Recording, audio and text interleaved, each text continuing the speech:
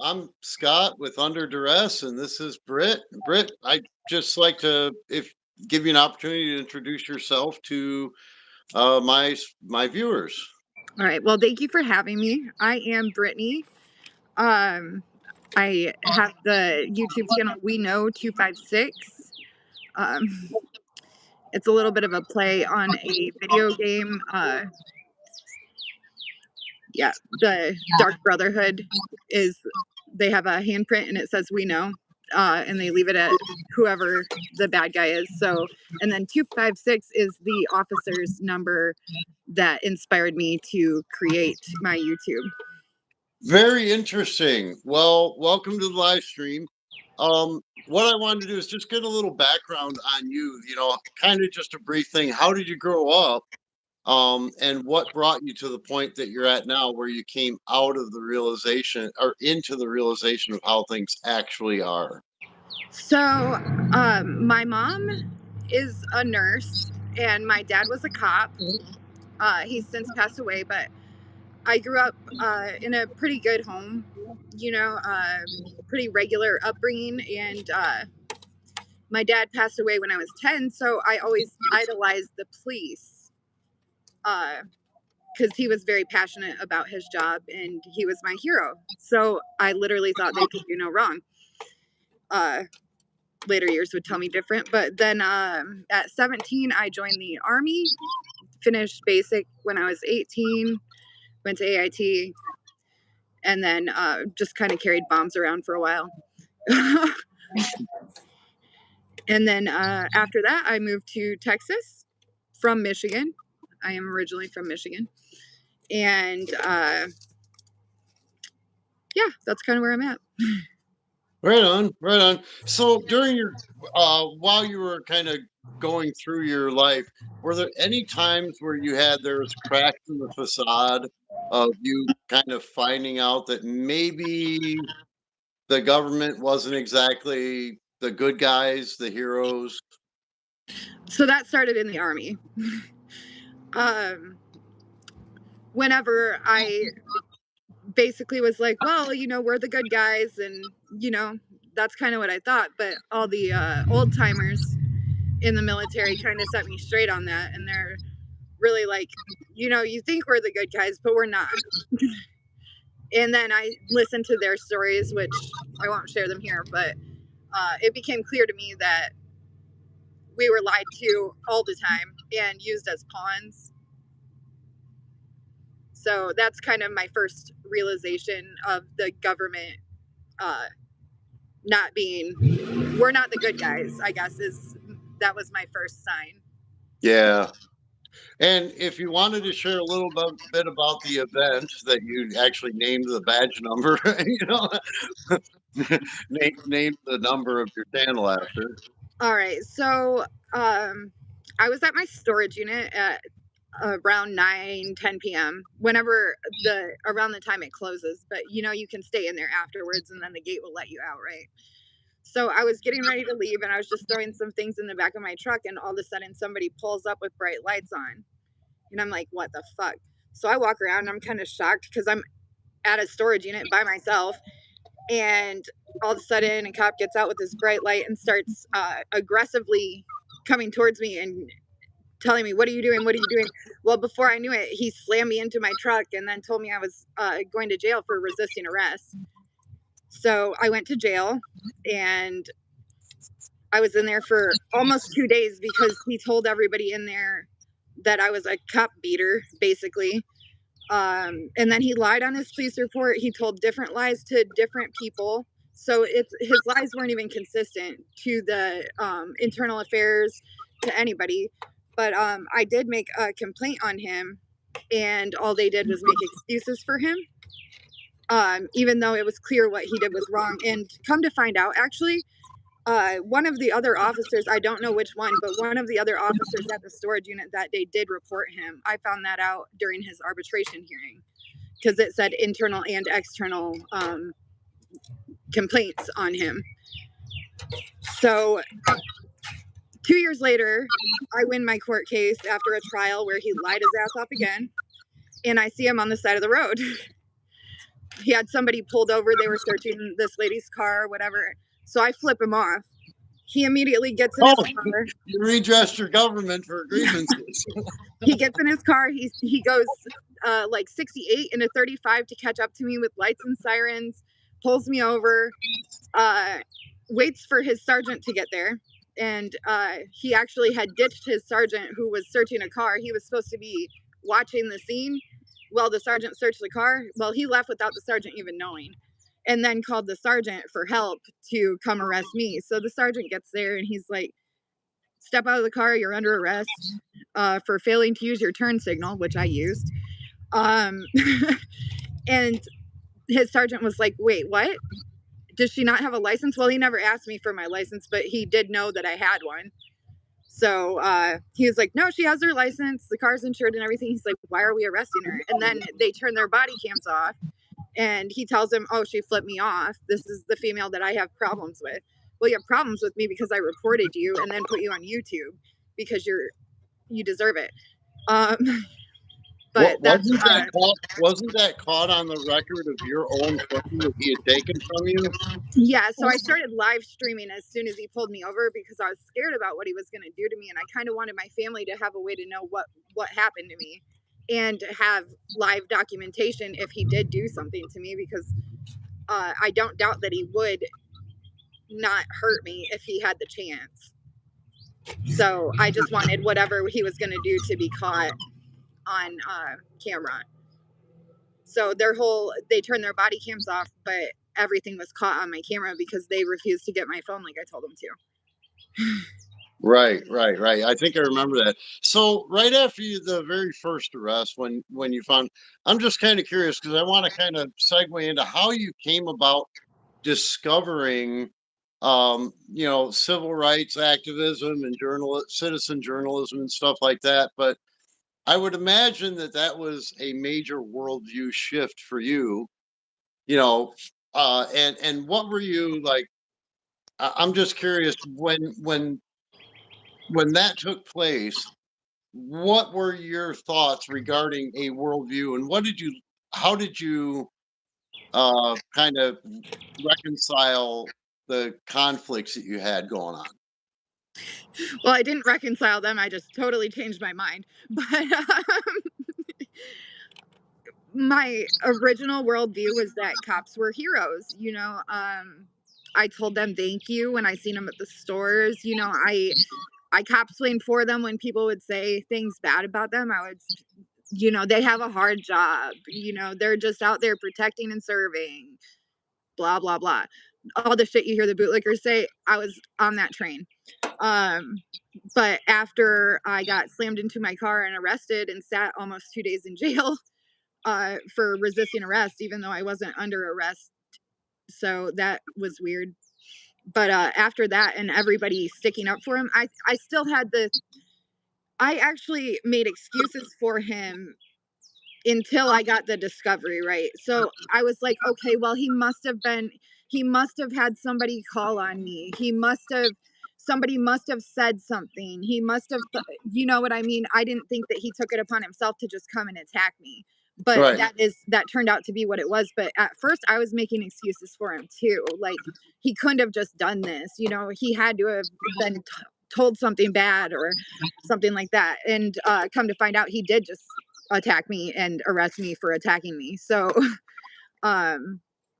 after that, I tried to think, well, maybe he's the one bad apple, right? So I'd make a official complaint, and they start copsplaining for him. And the only punishment he got was a written reprimand. And guess what? You're not allowed to see written reprimands. You're only allowed to see things that result in a suspension or more. So these are things that nobody will ever see. It won't come up when other people are looking into him and things like that. So that's all they did to him that time was give him a written reprimand and copsplain to me about they gave me all kinds of excuses really about why he did it. They told me a week beforehand some girl kicked him in the balls and that's why he was too overzealous, and I was like, well, that girl's my hero. But that's basically what they did, is just explain it away, and there was no real accountability. And at that point I was like, it's not just one of you, it's all of you. Yeah, yeah. So in your search for kind of answers and stuff, how did you, or that might not even be how, but how did you come into the First Amendment auditing community on YouTube? And I just wanted to preface this by, I actually found your channel from watching Brian from Civil The civil rights Civil lawyer. Rights Lawyer. Yeah. Yeah, so after the first event, I started, stop it, Zelda. I started looking into, like, searching the cops online. Well, my sister had said something when I was complaining about all this, and was like, well, the cops are bad. They do bad things to people every day. And I was like, what? And she's like, yeah, haven't you seen YouTube?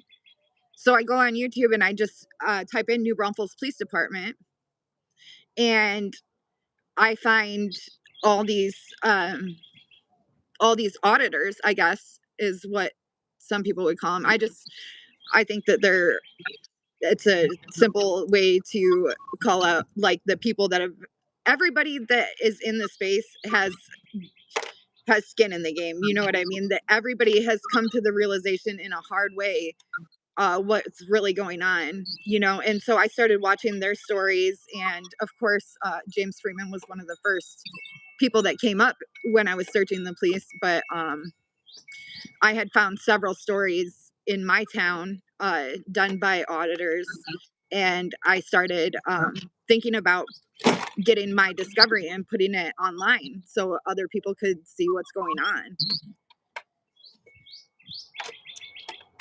Right, right. So, have you ever done any auditing yourself?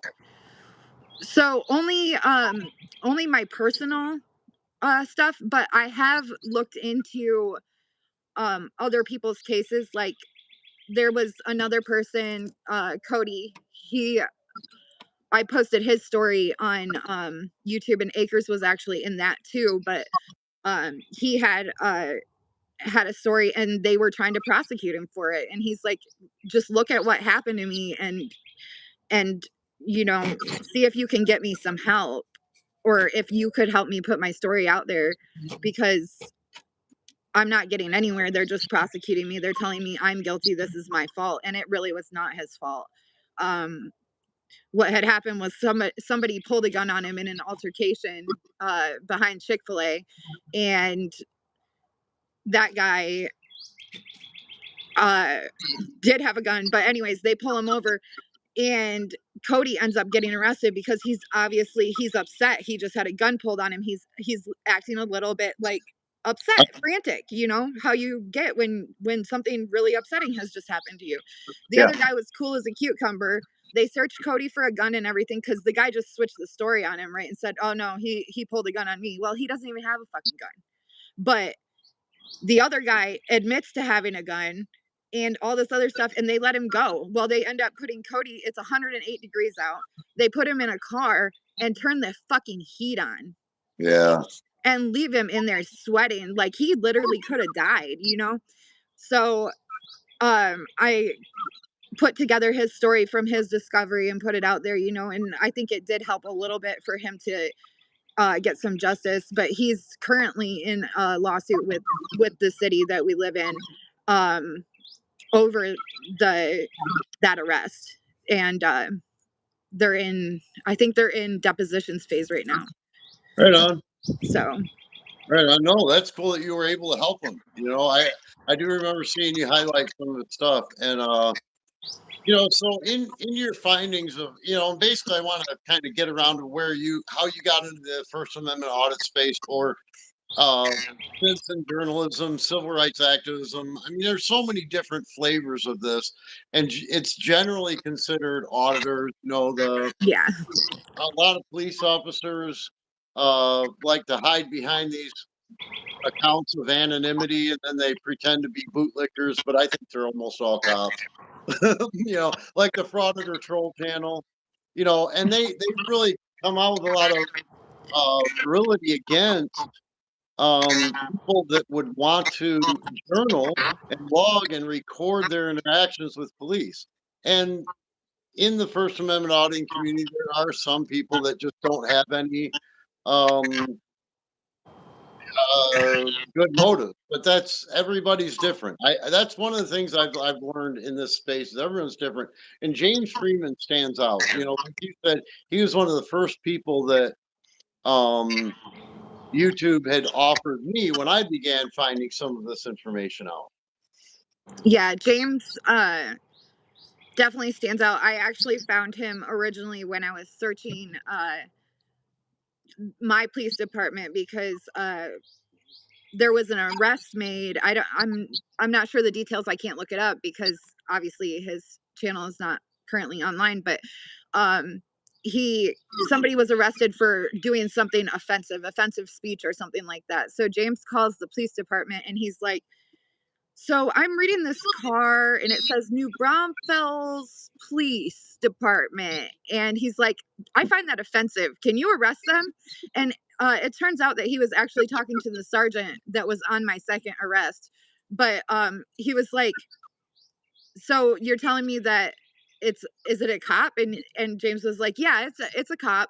And he's like, I'm not gonna arrest a cop. I don't care that you find it offensive. And anyways, he ends up just kind of hanging up on him. But James's point was made quite well. I thought it was hilarious. Because it was. But James, that is James how I is found kind of, him. James is kind of an OG troll. Yeah, and he did interview me about my second arrest after I flipped off that same cop. He interviewed me on his channel about that. So that was really nice of him to do. Right, right. I think so. What are some of your favorite um exploits of James Freeman that you've seen him do? So I love it when he goes around with his fucking clipboard and just asks them stupid questions that they ask people. Oh, and the ones where he has actually gone up to cops and just been like, "Can I search you? Yeah, Do you have the any script guns in flip. there? Is there anything illegal in your car?" I love that. Yeah, Um, the detective stutter. I can't remember what his name was, but the guy that was stuttering and he when James does a script flip. First off, I want to make this known to people if you don't know. The average IQ of a detective, who is the smartest of all police officers, because they have to investigate and yeah, solve mysteries. The average IQ of a detective is 104, which isn't very high at all, which means half of the detectives have a lower IQ than that.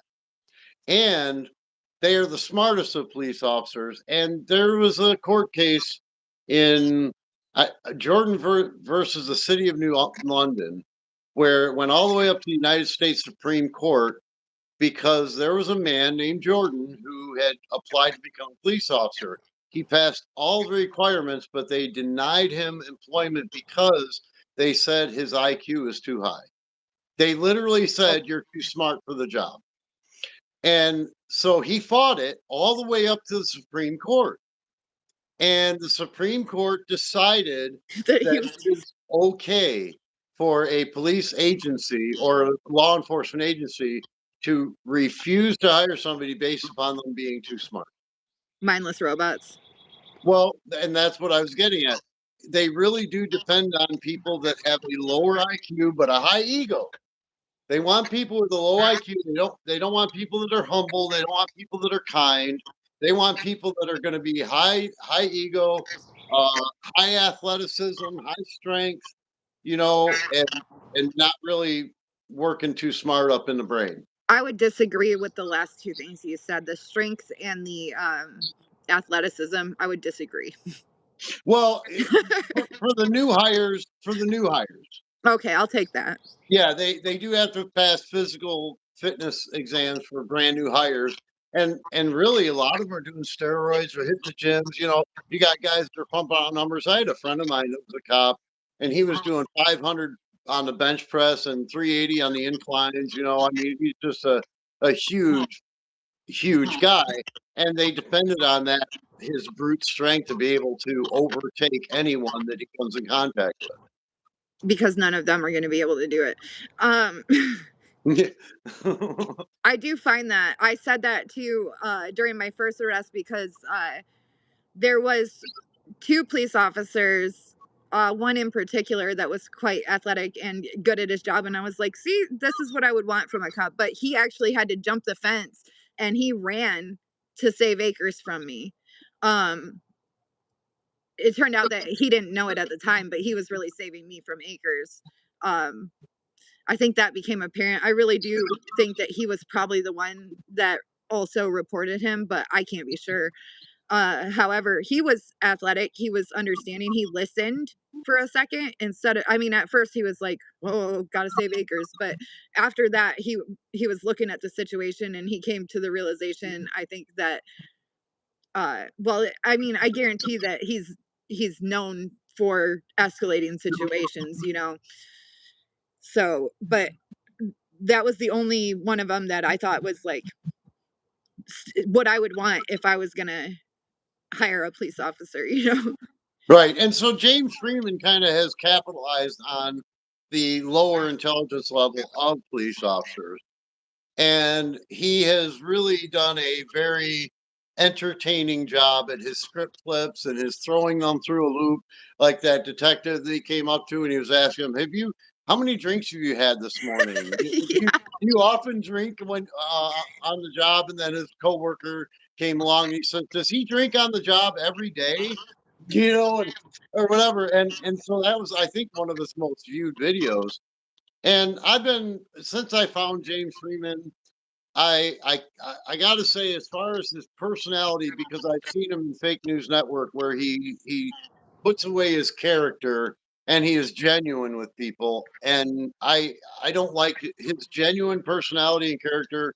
I think he does a very skillful and great job at entertaining people with his work, but his personality, I've heard him say some things that just really kind of rub me the wrong way. It's like he really doesn't care about people, and that's just the type of person and it's interesting because he has said, and these were his own words, that he doesn't have any friends in this space. He said they're all acquaintances and he doesn't like any of them. That's what he said on his live stream. I mean, Specifically, he had Leroy Truth was on his channel, and Leroy had something that he wanted to confront James about privately. And James refused to do it privately. He would only do it on the phone, on the live stream, and on record, so everybody could see it on his live stream. And he really kind of uh, struck a nerve against Leroy, because Leroy is a kind man that actually does care about people, and he wanted to have he wanted to work things out with James just between him and him alone. And James wasn't having. He's like, and then that's when James says, "I don't like any of these people." And that's actually, I had unsubscribed to him. I still go and watch his stuff constantly. Whenever he uploads new stuff, I search him out and find him. And then all of a sudden he disappears. He's gone. All of his content's gone. Can't find his channel anywhere on YouTube. yeah, Um, I don't know what happened there. I do think that he's an a-hole, but I like him, you know. He's helped me personally, but I do think at the end of the day, you know, it's how he makes his money. Collaborating with people, it might, I mean, I guess it's still good for them, you know. So even it's transactional, but he has such a big following that, you know, but I know people that would consider him a friend, so that kind of sucks. But he's got a large family and stuff like that, you know. So I don't yeah. know. He is an asshole, but I think he's an asshole to the right people. Yeah. Not quite as potent as Direct D. Yeah, when I first ran into Direct D, he was out on the streets doing his stuff with cops, and I think I watched 10 minutes of his content, and I was like, hey, he's got a right to do it, but I don't really care to support him. I'll support his right to do it 100% all day long, but he's just not the type of person that I would even want to support as far as what he does. And James doesn't have it. James has a much more classy way of trolling police officers Yeah, and he does. public servants. I love it when he did the the organized crime investigations. You know, with the clipboard, he'd go in and Yes, say, "I'm investigating organized crime," and they're like, "Really? Yes, this is the location that I was given." You know, those are he my favorite. yeah, he had some classic stuff. But so he was scheduled to go on a live stream. I think it was Wednesday night with Real News Network, Yeah, and Taya. he canceled right before they went live. He called in and said he had a family issues. That's what he said, and he hasn't surfaced since then. That's right after that. His channel went down. His James Freeman channel, and then he removed all of the content from his fake news network channel. Really, I didn't know about his second channel. So Okay. Okay, so except for he's got a couple of posts, community posts, but he had videos, he had live. I think he was down to one live stream. So what he would do is when he would go and do those exploits, he would live stream them on fake news, and then he would edit them and upload the final version on his James Freeman channel. that's probably a good idea, though, with the way censorship is going on YouTube, to have the two different places. Yeah, yeah. Oh, absolutely. You know, and at least have a third channel. He probably does have a third channel. He's probably still in the space. But who knows? Who knows what happened? So there's the thing. He didn't come out. He's got a lot of acquaintances and what he calls business uh Associates. yeah, business connections within YouTube. People that he talks with frequently, and he's not let any of them know what's going on. Yeah. Uh, John Felix just did a live stream. He said that HBO Matt Hmm. HBO Matt had gone on a live stream, and HBO Matt knows James, and Yes. Yes. HBO Matt knows a lot of people that are close with James in this space. And he said HBO Matt said on his live stream that James Freeman has not contacted any of his friends about this. He Mm. hasn't contacted any of his extended family that he knows, you know, and he's been pretty much silent. So something's going on there, and it's only speculation as to what it is until he comes forward. But the thing is, every day he's off, he's losing a lot of money. This isn't just you know, a s- he's got a lot to lose here. And then the more he remains silent, the more subscribers he's going to lose, you know, and the more viewers he's going to lose, and his support base is going away.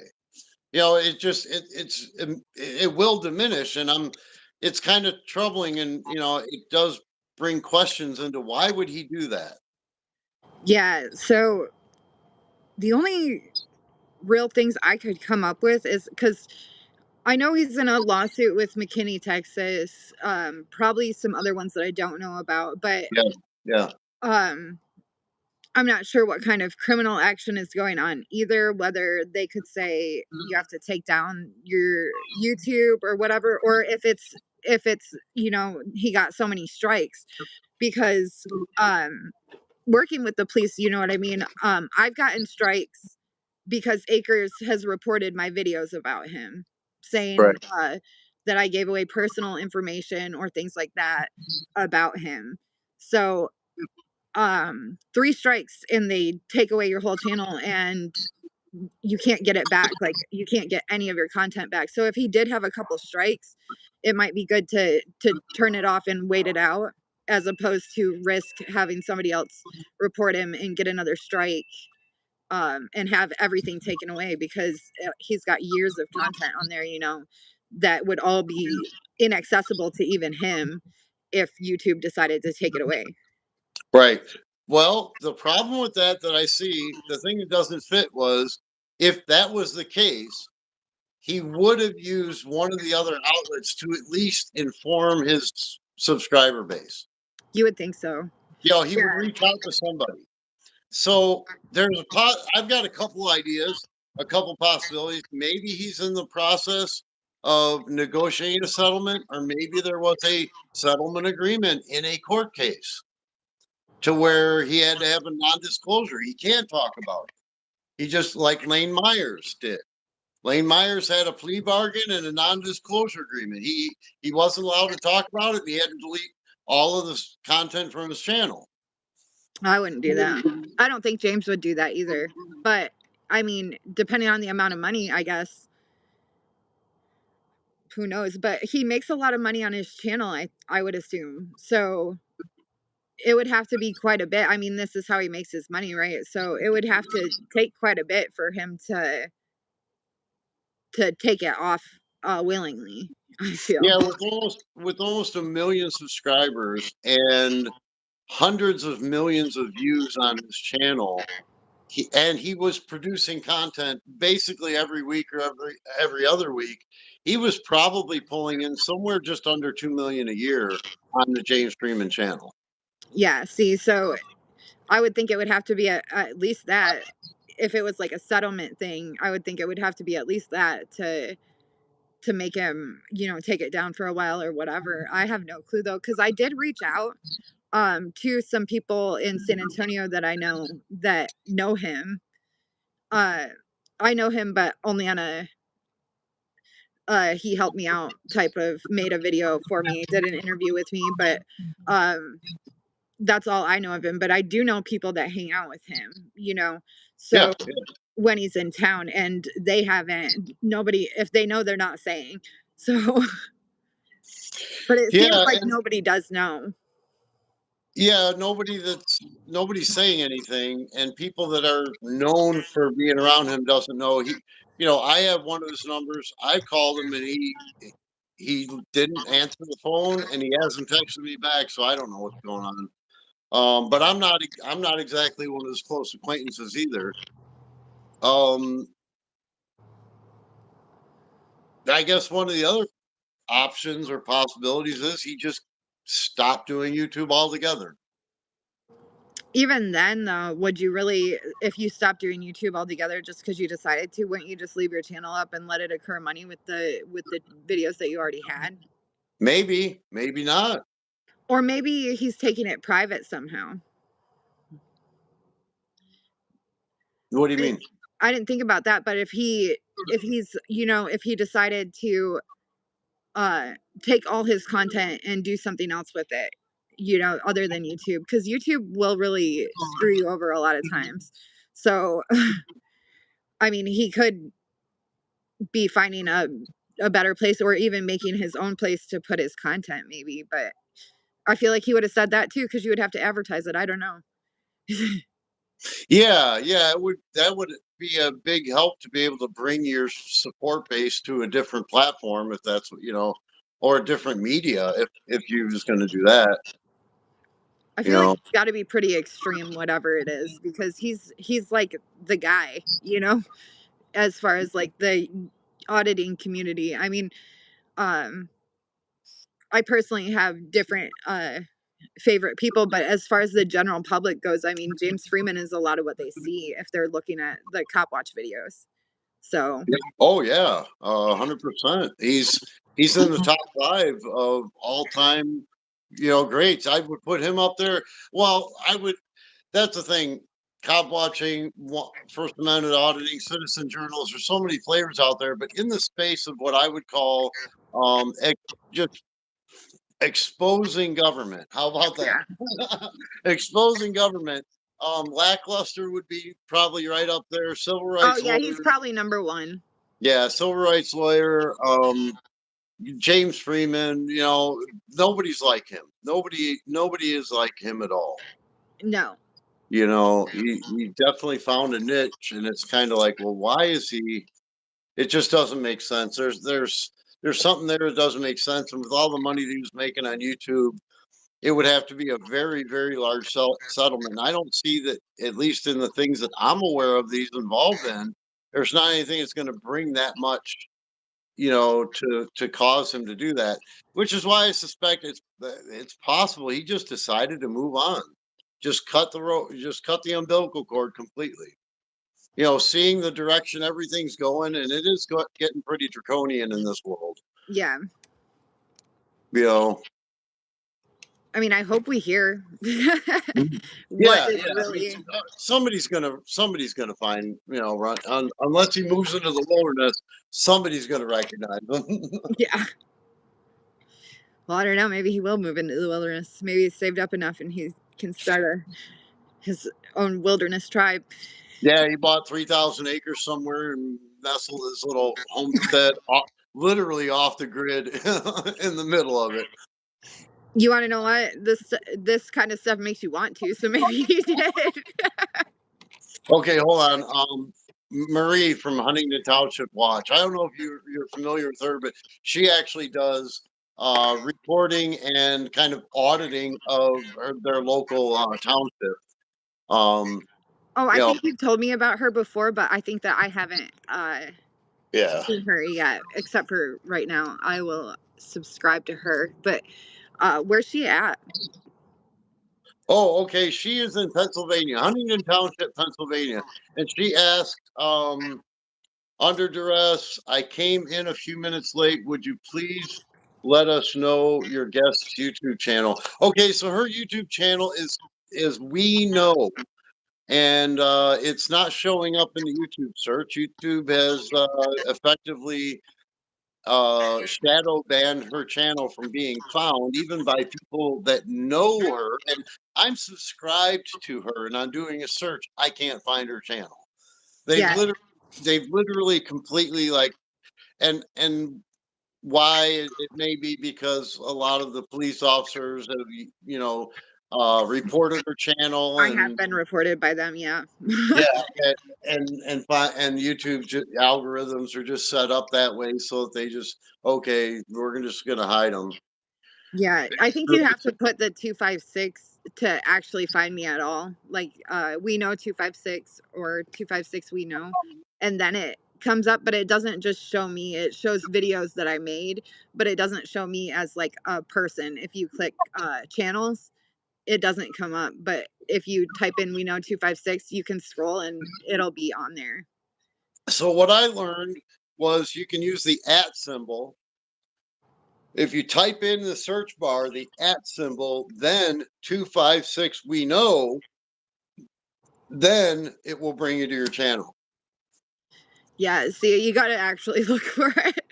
Yeah, yeah, you can't find it, and to me, that's kind of fraudulent. What YouTube does is where they have people thinking that they're um, going to be able to get some kind of an audience when literally they're limiting you to not being able to be exposed to very many people. My live streams are the same way, except for one time I just recently did like a log splitting video where I'm just outside splitting wood, and YouTube said I had like 10,000 views. People love that.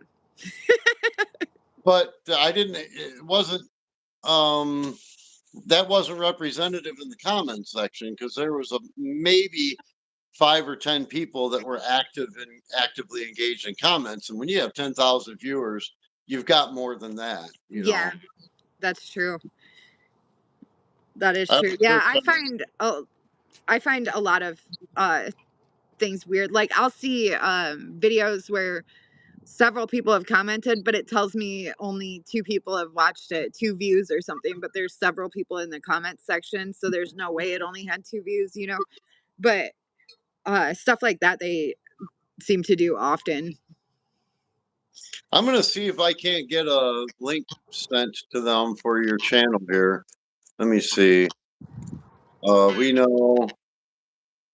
And let's see, share, copy link. I'm just speaking as I'm thinking. No, I didn't want to do that. I want to go here, there, and bam. I want to go here, there. Zelda. All right. So I had to use my other phone to try to get this in here. So there's a link to her channel. I hope it shows up so that you guys can tap it. On mine, it's showing up in blue. My dog is harassing me with a ball. Oh, somebody mentioned, I think somebody thought it was a Malinois, but it's a German Shepherd, isn't it? Yeah, she's a German Shepherd. She's big. But Yeah. come here. Yeah, she's just harassing me. She's popped a basketball, and this is what she likes. I had a neighbor that had a German Shepherd that would break limestone gravel rocks in his mouth. Really? Because my sister's dog does that, and we thought it was weird. Yeah. Well, they got strong teeth. It's like, okay. My sister has a German Shepherd too. She actually got me this one. Uh, my dog passed away, and she thought it would be the best thing to just buy me a puppy. So we're gonna breed her though. Really? Yeah. So we'll have little Cool. baby German Shepherds. She's her family's got good AKC registry, but she's wild one. She's big though. She's like 85 pounds. Yeah. How old is she now? Too. 2. Yeah. Oh, okay. Wow. So when you first started doing videos with her, she was a brand new puppy for you. Yeah, I actually when I first started doing videos, I have videos of her as a puppy on my YouTube somewhere, probably in the shorts. I think they're all shorts. Okay. Yeah. Yeah. I remember seeing them, but she didn't look that bit small to me. Yeah, she got big fast. She did, Yeah. but I do like her because she does scare the government. They're so programmed to be scared of the German shepherds. The cops are. I got pulled over not too long ago for making an illegal turn because I went into the turn lane. It was like a solid line already, and he pulled me over, and I rolled all my windows down, and he was a canine officer. He walks up and he's like, um, "You made an illegal turn. Don't do that again. Have a nice day." Don't want to mess with this one. Yeah. Yeah, well, he's the handler. He knows. Hey, German Shepherds were bred to be able to be good guard dogs. Yeah, well, she's not very good at that, but I don't let anybody else know that, right? Oh, Now I let everybody know. yeah, right. Oh, she will. It's in them. If you may not think so, but if she ever saw that you were in any danger where she could have access to, the threat, she would give her life to stop the threat. That's just how dogs are. Maybe not me, but maybe my husband, right? Because I hit him and she'll bite me for hitting him. Oh, okay, I don't hit okay. him mean. I hit him to make her upset. But she will defend him. So that tells me that he's the alpha and you're not. In He her might mind. tell you that. In her mind. Like she views him as the alpha, and then if you're bothering the alpha, she thinks she's above you. Yeah. She does. She really does. She thinks she's above everybody. She's like the princess of the house. Yeah. The matriarch, right? Yeah, she is. Um, so YouTube censorship. We started to talk about that. I want to talk about that a little bit. Um, a lot of people don't know this, but YouTube is hiding comments. Like even on this live stream, I have to tap all comments. Otherwise, YouTube will censor some people's comments won't even show up. Yeah, and certain ones they'll just take off. Yep. Like I've had several videos where it says there's comments. I go, "Look, there's no comments." And then later on people are saying, "You took away my comment." But I never seen it. So, I know for a fact, and I made sure to go in and look and make sure that I don't have any keywords or anything like that that would take away somebody's comment, and I don't. So my comments should be totally uncensored, and YouTube takes it upon itself to get rid of some comments off my channel. So they're censoring without people's knowledge. Yes, and a lot of times you can find the comments hidden under newest first, but if it's a channel that's got a lot of comments on there or a video that's got a lot of comments, newest first could have all the comments could just be swallowed up with the vast majority of them and never be found. Speaking of that, on Auditor Troll's channel, I was trying to find your comment and I couldn't. Frauditors roll. Yeah, that one. Okay. Um I'm not sure that I authored a main comment in OP. I think I just replied to others. Oh, okay. Because I was I was scrolling looking for your comment. Because that same guy that was telling you you're stupid or whatever also tells me that. So I was going to look. The gold whatever guy. Yeah, the cop. Yeah, he's definitely. Oh, see, recently an attorney, I think I posted it to my page, but one of the attorneys on YouTube did my video and he was hilarious about it. I really liked how he did it, but he was like, if you agree with what happened to this lady, let us know in the comments what police department you work for. That reminds me, please do share your story that you have about the prosecutor.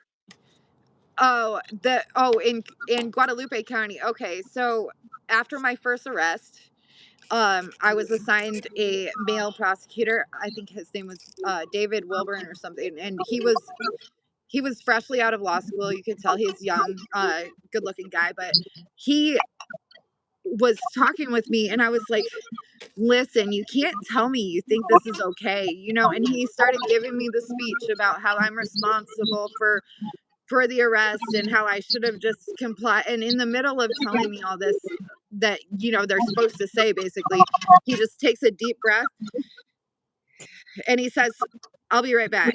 He comes back with a reset for a next court day. The next court day, I show up and I've only been seeing this guy, right? I show up, he's not there. Well, a couple months later, I go to court and there he is on the opposite side of the courtroom. He quit his prosecutor job right after that and got a defense attorney job, and I seen him on the defense side. So that's awesome. So I want to share this too because a little bit of my backstory. I was a criminal when I was a young kid. As an adolescent, as a juvenile, I was a criminal. When I became an adult, I wanted to straighten up. I wanted to live my life right. I went into the military to do a noble thing and serve my country and all that. And you know, from that point on, I mean, I'm just briefly go over my story. There were times when I would become uh, violated, and I knew something. I knew it wasn't right because I was abiding in the laws, and I shouldn't be treated like a criminal. But for the longest time, I believed that criminal defense attorneys were some of the worst attorneys you could have because, in their very name, they're defending criminals, is my thought, right? You know, it really is. It's my thought. You're defending criminals. And as I learned more and more about the legal system, I realized that criminal defense attorneys are probably by and large among the more noble attorneys that somebody could, you know, enter into field of practice in law, you know? Yeah. So I want to be a criminal defense attorney just because of what I was put through. And you know, I sat in court so much that I watched people not doing the things that after studying the law so much that I thought they should have been doing. Like they they're not putting in pretrial motions. They're not doing probable cause. They're not, you know, things that should be looked at. They're not doing. They're just kind of everybody just goes in there and they all discuss plea deals and they're all buddies. And I know that I would fight for them with all legal means to do so. And I just noticed that most attorneys won't do that. You got to pay a lot of money to get an attorney that's going to go to court and say the things that they should be saying, every one of them. But in uh in defense of the public defenders, they're overloaded. I mean, I watched my public defender, she would have probably 16 of us at one court date, and that's just one day of the week, you know, one day of the month. Every month there would be like 16 of us there. So you got to figure if she's got 16 people a day, 30 days, you know, they're way overloaded. They don't really have time to look into whether you're actually guilty or whether you're innocent. So that part does suck, but I would say that as far as attorneys go, you know, criminal defense attorneys I think are in it for the best reasons, Yeah, or at least start there. Many are. In fact, there's not many fields of law practice that would be a noble thing. But there again, you hit on the key word. You have to pay a lot of money to get an attorney that's going to actually represent you justly. And one of the reasons is because all of the lower courts are corrupted. Yes. And they've got a system where they've already, they're going to go through the docket, they're going to pump them out. If you have an attorney that's going to try to put a wrench in the gears of their machine, then the judge isn't going to do very, have very fond favor toward him. And so and I saw this happen in my local county where, you know, if you interrupt the way that they operate, the judge is not going to uh, decide favorably in any of your cases. They're not about justice. They're not about right and wrong and judicial prudence. They are basically about trying to keep the money, Flowing. racket going. It's a huge money racket.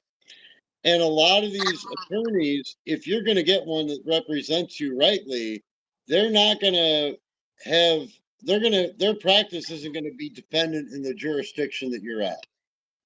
You know, if their law practice is dependent upon that jurisdiction, they're not going to represent you rightly because they're not going to shoot themselves in the foot. That's one of the It things is I true. found. Nobody wants to piss off the rest of the people in the courtroom. You know, they do all work together.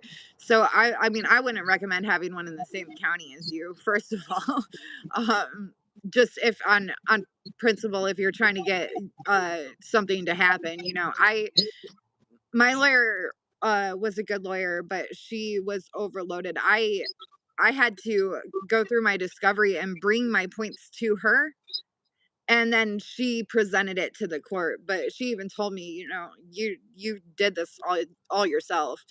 I just am the one that's presenting it. So that, I mean, that helped her a lot. We worked together a lot though. um However, I forced her to be my best friend, because we were together for 2 years, so I was constantly annoying her. Unlike the other people that you can't get them to answer the phone, you got to help yourself.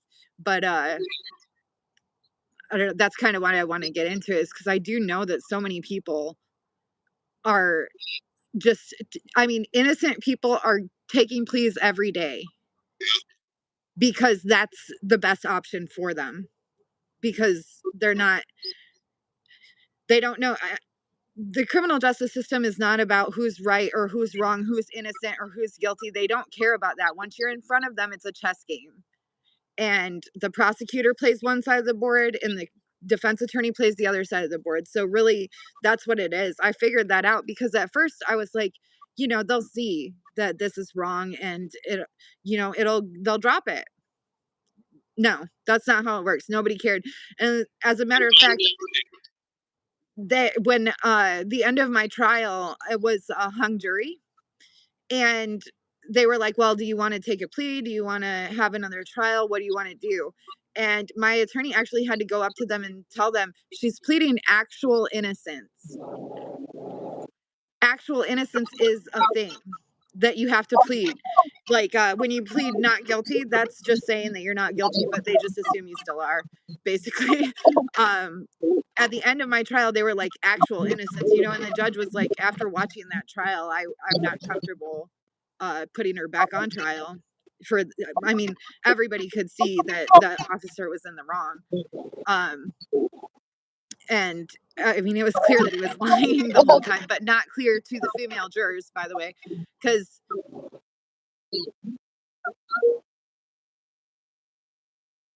Oh, you just started breaking up. Your connection's not good. Something happened. I don't know if you can hear me, but you're paused. Your video is paused and there's no audio at all. It was like you cut out completely, but in a freeze frame. At least we can still see the aluminum line that's going in that direction. It's aluminum oxide, barium, and graphene oxide that they're spraying in the atmosphere just above her head. Take a deep breath. I don't know if you can hear, but your live stream is cut out. Well, um, Hopefully you'll be able to come back on. Maybe if you try to go off and come back on, that might work. You know, if you end your live stream and come back on, and they'll give me an option to let you, and I'll bring you back on if you want. It's not a good way to wrap it up, but if she comes back on, I'm going to let her on for sure. You know, at least come to a somewhat of a closure, a conclusion of this. I'm going to look at my. Okay, interesting. Do. Oh, okay, that's interesting. I'm on my live stream right now, and it's showing that she's still on, but it's not showing on my end. I don't know what's going on there. Okay. So it looks like Britt is gone. She's not coming back in. It doesn't look like. I'm not getting any notification. She's trying to come back. I gave her a link so she could come in. Yeah, civil rights attorneys are not cheap. I'm curious though. Yeah, she's frozen. Oh, here she is. Yeah, my Welcome phone back. died. It didn't even tell me it was gonna die. It just died. Oh, the battery died. Oh, that happens. So real quick though, I'm curious, Marie, is your civil rights attorney, does that attorney work in that specific location that you're at, or is it somebody that has a practice in a different jurisdiction? I mean, civil rights it could be federal, I would guess, but a lot of them will work in a specific area or specific jurisdiction.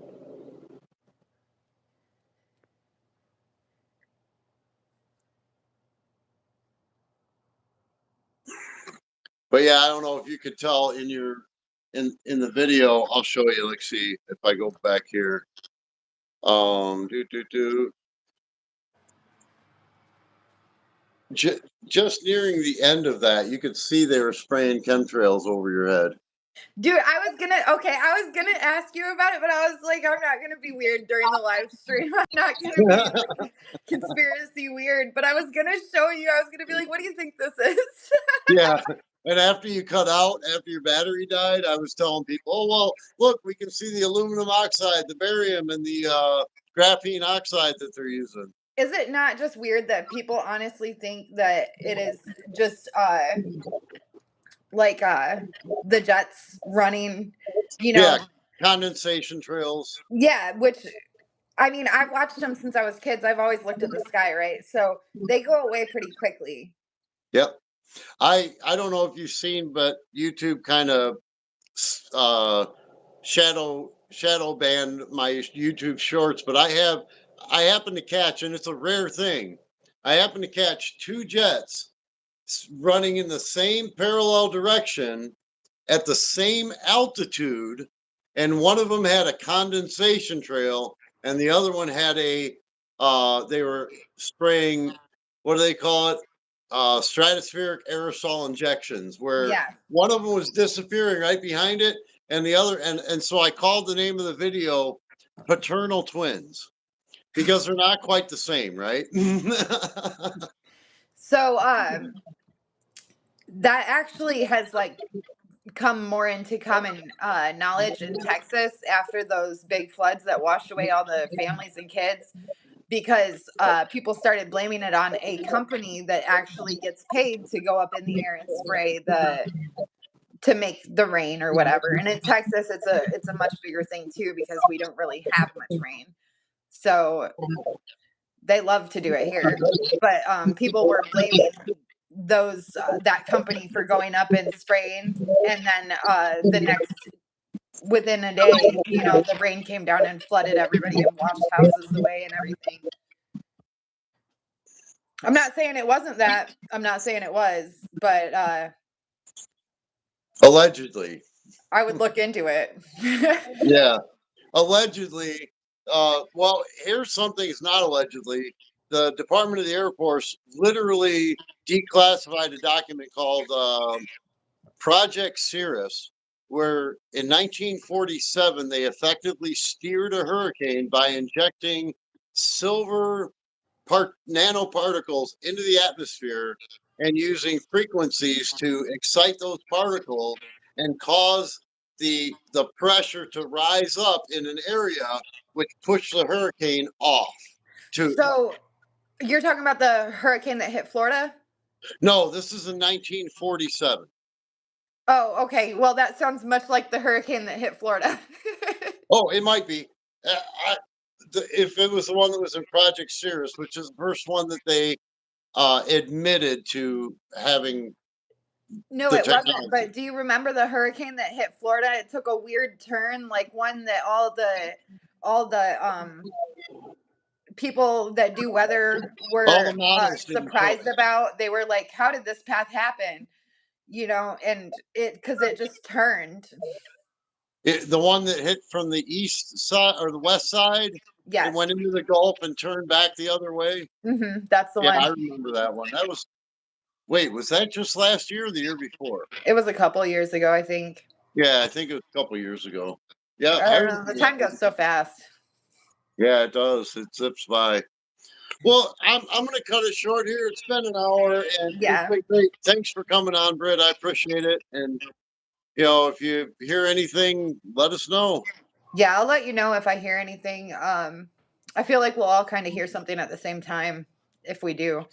But hopefully James is okay and hopefully his channel comes back. I wish I would have saved those videos of our interviews and his dealings with New Braunfels now because I only saved them on YouTube, so they're just not available. There might be other platforms like Odyssey. Odyssey.com is one platform that doesn't do censorship. It's actually a blockchain website where you can upload media, and there's a lot of people that will screen record videos and load them up to Odyssey. Yeah, that's what I wish I would have done. Darn So it. All right, well, I'll let you know if I hear anything. yeah, somebody may have done it. I'll do a little bit of searching. But hey, thanks for coming on. We'll see you.